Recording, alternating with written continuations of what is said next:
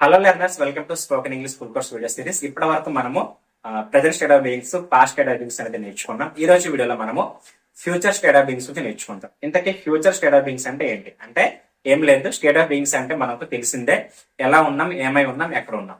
ఇందులో ప్రెజెంట్ అంటే ప్రెజెంట్ లో ఎలా ఉన్నాం, పాస్ట్ లో ఎలా ఉన్నాం నేర్చుకుంటాం. ఈ రోజు వీడియోలో మనము ఫ్యూచర్ లో ఎలా ఉంటాం నేర్చుకుంటాం. For example, Anil will be excited tomorrow. Anil రేపు ఎక్సైటెడ్ గా ఉంటాడు. ఓకే, సంథింగ్ ఏదో ఒక హ్యాపీనెస్ ఉంటాడు కానీ హ్యాపీనెస్ తన లైఫ్ లో వచ్చిందేమో అందుకే. So Anil will be excited tomorrow. Anil రేపు ఎక్సైటెడ్ గా ఉంటాడు. ఇప్పుడు క్వశ్చన్ వేయాలి, అనిల్ రేపు ఎక్సైటెడ్ గా ఉంటాడా? దీన్ని ఏ విధంగా వేయాలంటే, will Anil be excited tomorrow. Anil రేపు ఎక్సైటెడ్ గా ఉంటాడా?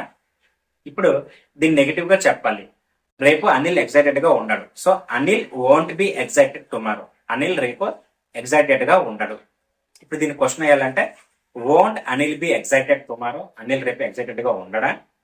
దీన్ని ఆల్టర్నేటివ్ గా చెప్పాలంటే, Anil will not be excited tomorrow. Anil రేపు ఎక్సైటెడ్ గా ఉండడు.